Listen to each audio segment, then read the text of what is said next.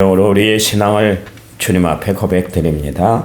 나는 전능하신 아버지 하나님 천지의 창조주를 믿습니다. 나는 그의 유일하신 아들 우리 주 예수 그리스도를 믿습니다. 그는 성령으로 잉태되어 동정녀 마리아에게서 나시고 본디오 빌라도에게 고난을 받아 십자가에 못 박혀 죽으시고 장사된 지 사흘 만에 죽은 자 가운데서 다시 살아나셨으며 하늘에 오르셔 전능하신 아버지 하나님 우편에 앉아 계시다가 거기로부터 살아있는 자와 죽은 자를 심판하러 오십니다. 나는 성령을 믿으며 거룩한 공교회와 성도의 교제와 죄를 용서하는 것과 몸의 부활과 영생을 믿습니다. 아멘. 아멘. 찬송가 379장입니다. 379장. 379장.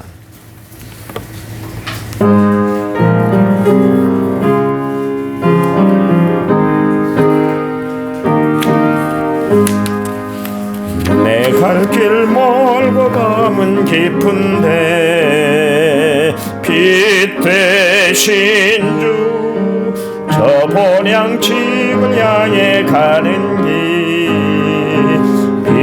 비추소서. 내 가는 길 알지 못하다 걸음씩 늘 인도하소서. 이전에 방탕하게 지낼 때 교만하여 맘대로 고집하던 이제인 사소서. 내 가운데 다 기억나시고 주 뜻대로 늘 주장하소서. 이전에 나를 인도하신 주 장래에도 내 앞에 험산줄령 만날 때 도우소서. 밤 지나고 저 밝은 아침 기쁨으로 내 주를 만나리.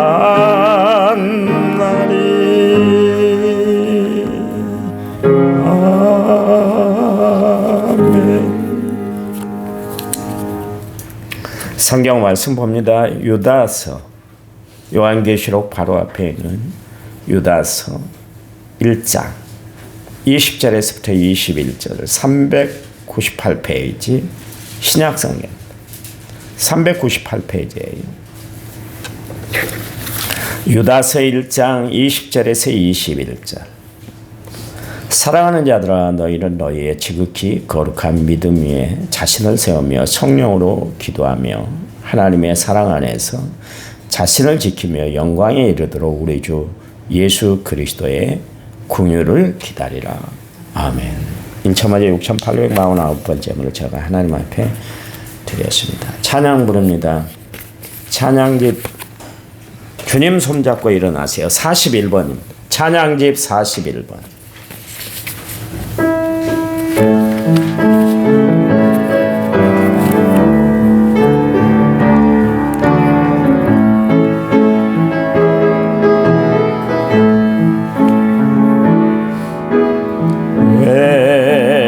나만 겪는 고난이냐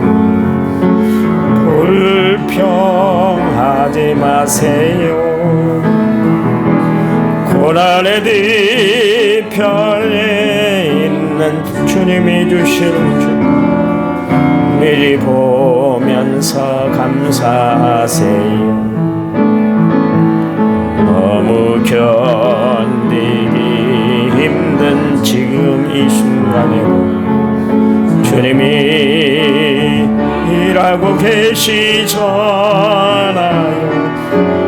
남들은 얼마든지 천자 있을지라도 당신만은 일어서세요.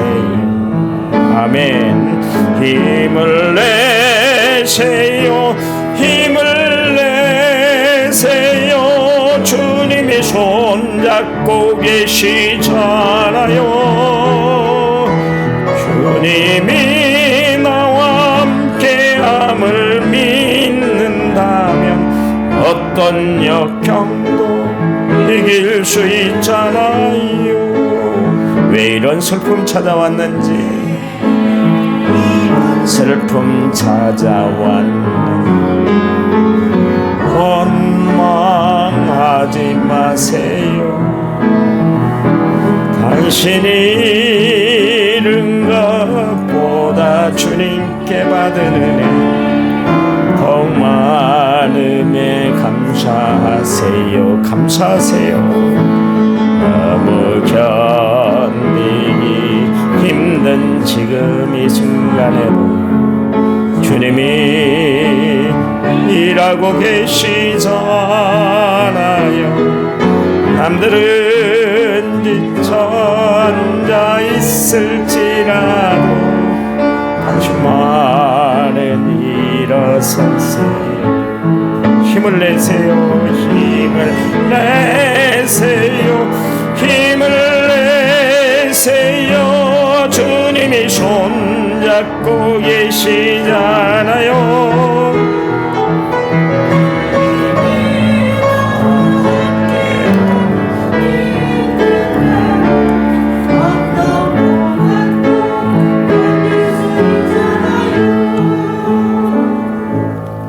아멘. 하나님은 어느 시대나 하나님의 사람을 찾는데요. 어떤 사람을 찾으실까? 참 믿음의 사람, 온전한 믿음을 갖추고 살아가는 사람이에요. 목사님, 사람이 어떻게 온전할 수 있어요? 완전하지 못하잖아요. 그렇지만 그 온전하다는 믿음은 뭐냐면 하나님을 전적으로 신뢰하는 거예요.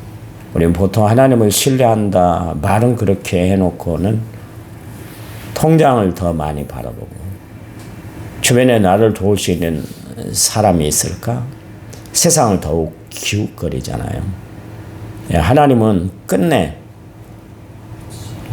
온전한 믿음, 하나님 앞에 온전히 드려지는 믿음을 가진 사람들을 찾고 그들을 사용하고 그들을 성경의 인물로 기록해놨던 것을 알아요. 아브라함이 그 하나님의 말씀을 받아서 갈대아 우르를 떠나서 가나안을 가지 않습니까? 갈대아 우르는 그 당시에 최고의 문명이 발달한 나라 아닙니까? 그 도시에서 살고 있던 사람이었는데 그 당시에 팔레스타인은 진짜 사람들이 살 수 없는 그런 척박한 땅이었잖아요. 그런 땅으로 하나님이 가라고 말씀하시니까 결단하기가 참 쉽지 않았죠. 그래서 조카 롯을 데리고 갔지 않습니까? 100% 하나님을 신뢰하는 믿음은 아니었어요. 아브라함이 처음부터 온전한 믿음을 보이지는 않았죠. 하나님은 우리를 어떤 역경, 시련, 또 트레이닝을 통해서 하나님의 사람으로 만들어 주셔요. 그러니까 우리가 하나님 의지하는 거 아니겠어요? 내가 완벽하기 때문에 하나님 나를 사용하는 것이 아니라 내가 갖춰졌기 때문에 하나님이 나를 사용하는 것이 아니라 하나님이 나를 만들어 주셔요. 그게 감사하는 것이죠. 여전히 성격도 안 좋고 살아가는 모습도 예수 믿는 사람의 모습을 보이지 못하고 말씀대로 살지 못하는데 불구하고 하나님 포기하지 않으시잖아요. 베드로 보면 알 수 있잖아요. 그렇게 결심을 잘하고 큰 소리 빵빵 치고 그랬던 사람이었는데 결심이 무너졌는데 불구하고 예수님께서는 그를 버리지 아니하시고 끝내 나타나셔서 그를 다시 일으켜 세워주시잖아요. 만약 베드로가 부활하신 주님을 만나지 못했다면 평생 그는 어두운 가운데 거하는 인생이 됐을 거예요. 근데 예수님은 그에게 광명한 빛을 비춰주셨잖아요. 다시 일으켜 세워주셨잖아요. 아브라함도 마찬가지였습니다. 근데 그가 온전한 믿음을 갖추게 될 때가 언제였냐면 그의 아들 이삭을 모리아 산상의 제물로 바쳐라 그랬을 때 머뭇거리지 않았다는 것이죠. 두 마디 하지 않았다는 것이죠. 그게 바로 온전한 믿음, 하나님을 전적으로 신뢰하는 믿음이에요. 얼마나 생각이 많았겠어요. 여러분 한번 생각을 해보세요. 100세에 낳은 아들, 한참 아들 키우는 재미를 푹 빠져가지고 그래서 그 아들을 정말 생명처럼 여겼는데 하나님께서 그 아들을 내놓으라 그랬을 때 내놓겠어요. 여러분 만약에 주님이 내가 너의 재산이 필요해. 네 아파트 내놓겠어요. 10,000원짜리 드리는 대로 아까라고 몇 번 갈등을 하고 고민하고 그랬는데 내놓겠어요. 쉬운 거 아니라니까. 쉬운 거 아니에요. 성경에 기록되어 있으니까 아브라함은 감히 들었을 것이다 그렇게 생각하지만 그도 얼마나 갈등이 심했겠어요. 그런데 그 마음의 갈등보다 그를 온전케 하시는 하나님을 의지했기 때문에 하나님 앞에 드릴 수 있었어요. 그때 하나님이 아브라함을 받으시잖아요. 그때 믿음이 100%예요. 순도 100% 믿음이었다. 그래서 너는 믿음의 조상이야. 너를 통해서 이제 씨가 번성할 거야. 믿음의 사람들이 많아질 거야. 그 말씀이 실행이 됐던 것을 알 수가 있습니다. 하나님이 소돔과 고모라 제약의 도성이었던 소돔과 고모라 성을 멸망시킬 때 10명의 의인을 찾았고요. 에레미야 시대 때는 에레미야서 5장 1절 말씀에 나와 있습니다만은 예루살렘 거리를 한 번 더 살펴봐. 그리고 공의를 행하고 진리를 추구하는 사람 한 사람만 내가 만나면 이 땅, 이 성읍을 내가 사해 줄 거야. 용서해 줄 거야. 버리지 않을 거야. 멸망시키지 않을 거야. 주님이 그렇게 말씀하셨던 것을 알 수가 있어요. 어느 시대나 하나님은 사람을 찾고 있어요. 우리 남한 성결교회 하나님이 이 찾는 작업을 지금 하고 계세요. 서치하신다. 그런 이야기. 찾고 계세요. 찾고 계세요. 하나님이 얼마나 마음이 급하셨던지 그 예레미야에게 뭐라고 그랬냐면 야 빨리 예루살렘 거리를 가봐. 하나님도 급하실 때가 있어요.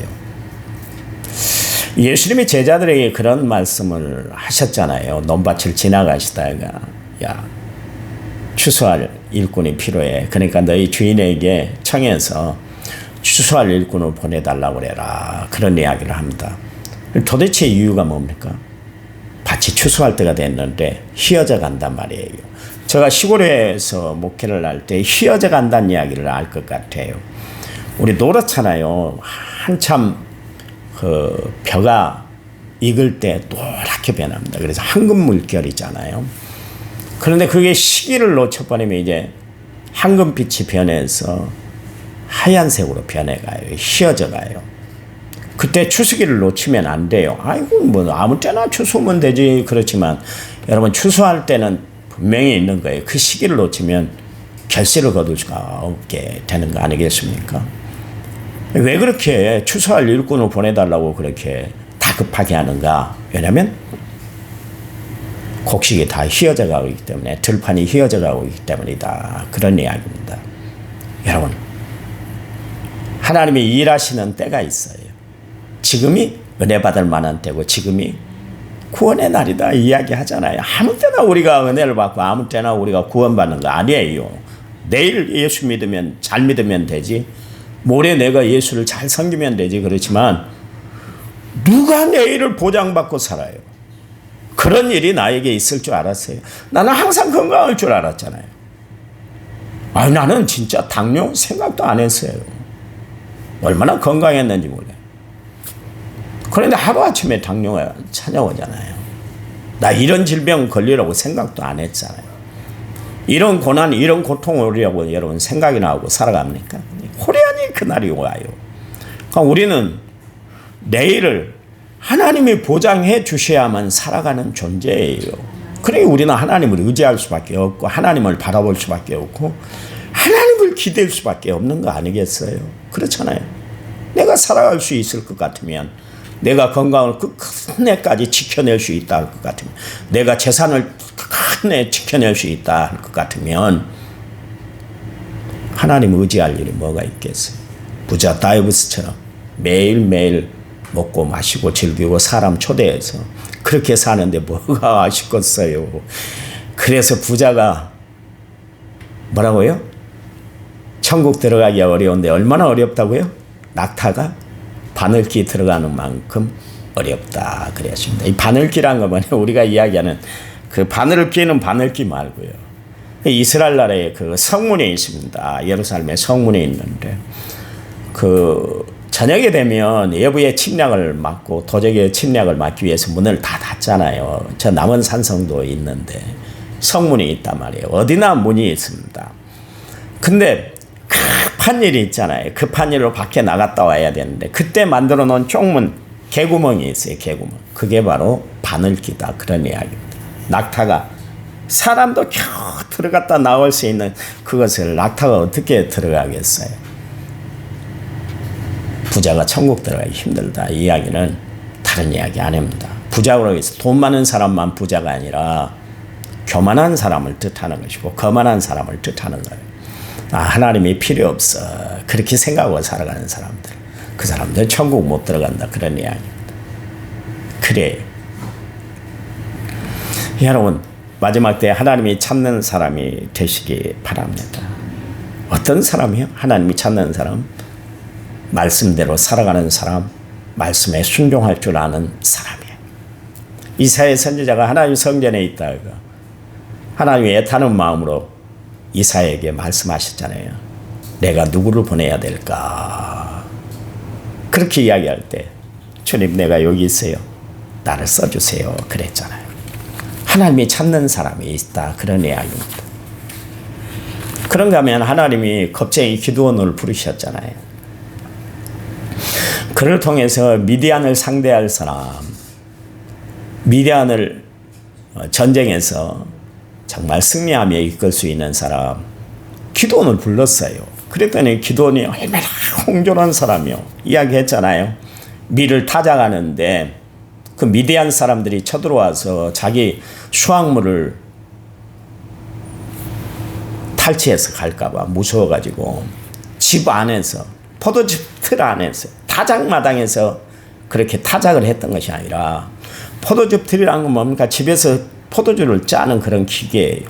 그거 가지고 거기서 공예질을 했다. 우리말로 이야기하면 밖에 있는 합덕에서 그렇게 막 공예질을 하고 그런 것이 아니라 집 안에서 조그만 공예를 가지고 거기서 콩콩콩콩 밀을 쪼갰다. 그런 이야기입니다.